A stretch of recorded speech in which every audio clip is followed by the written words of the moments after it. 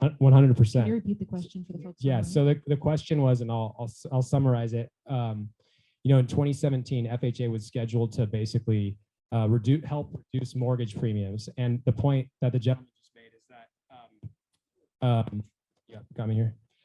So it was that, you know, homelessness is not always a product of addiction and mental health. And that's absolutely right. It's a crisis of affordability too.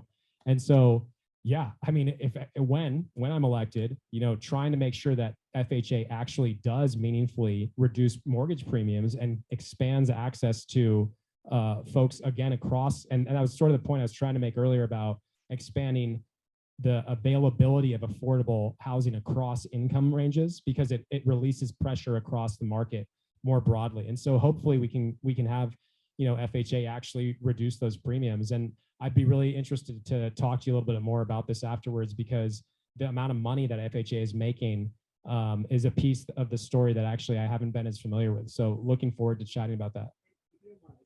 It's a great point. So he just said also that the conforming loan limit in Riverside County is county-wide. And so you have different, you know, home prices obviously across the county. And it reminded me a little bit of Orange County, which just saw its first median home price cross $1 million for the first time in history last year. And Riverside County is not going to be far behind that.